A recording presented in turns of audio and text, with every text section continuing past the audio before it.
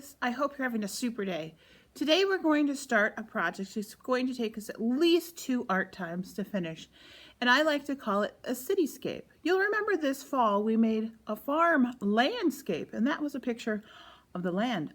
Well, this is going to be a picture of the city, and so what we're going to do today is just create the sky for our city, and next time we'll work on the city itself.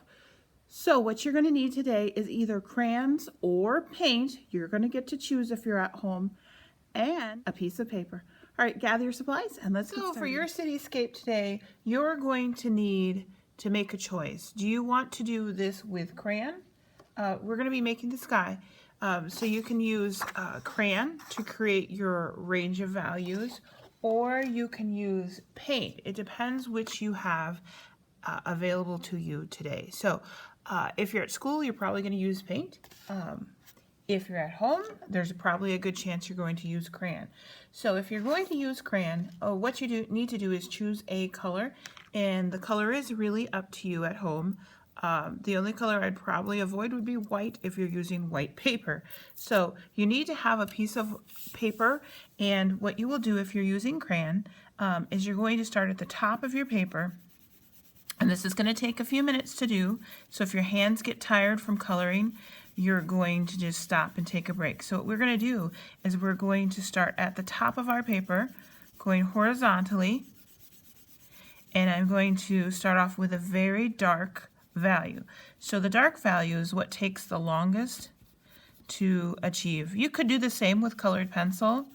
The one thing about colored pencils is it's going to take you a lot longer because the tip of a colored pencil is so much smaller. You cannot create a range of values with marker, so you will want to use either crayon, colored pencil maybe, or paint for this. Chalk would also work if you have that available to you, but it gets real messy. So I am going to use crayon. It's not too messy, and you can see as I'm going down the paper, I'm getting lighter and lighter. And you would keep going with that until you filled the whole sky. You want to use one color for that, and you get to decide which color that is going to be.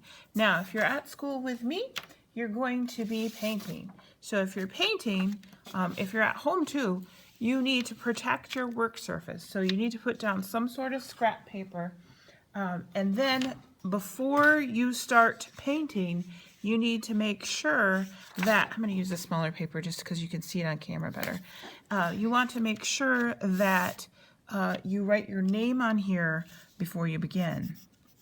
If you don't write your name first, it's not any fun to try to turn over the whole paper because the whole paper is going to be painted on the front. Write your code as well. You're going to get 2 colors. So I've chosen turquoise, and everybody will be getting white if you're using paint. So you have to have white paint plus a color. Now what we're going to be making is something called a tint. And a tint is basically white mixed with a color. So when I made this one, and promise me, if I show you this, don't do the city part today. We're going to do that starting next week. We have to get the sky done so it's all ready to go to put our city on there. But you'll notice we're creating a range of value by adding white. And the more white you add, the lighter it's going to get. Once you have your paints chosen, you're going to fill up your paintbrush with a good amount of your color, not the white, the color. And when you paint, you want to paint side to side, filling the whole top part of your paper. Try to make it smooth, and don't worry about painting right off the edges of your paper if you've got scrap paper underneath. Then, and it's okay if your paper curls a little bit, don't worry about that. I'm going to take a little bit of the white, just a little bit, and I'm going to stir it with my color. Now, I don't want it to get too light right away, so I only did a little bit, and I'm going to blend that with my other color. So each time I get a row done, I add a little bit more white, side to side, and you'll notice kind of a rhythm appearing here. You're going to add white, stir it, paint across. Add white, stir it. You always want to stir in the plate first because that way you can see what the color is going to be. Blend it. And just keep going until you get all the way to the bottom of your paper.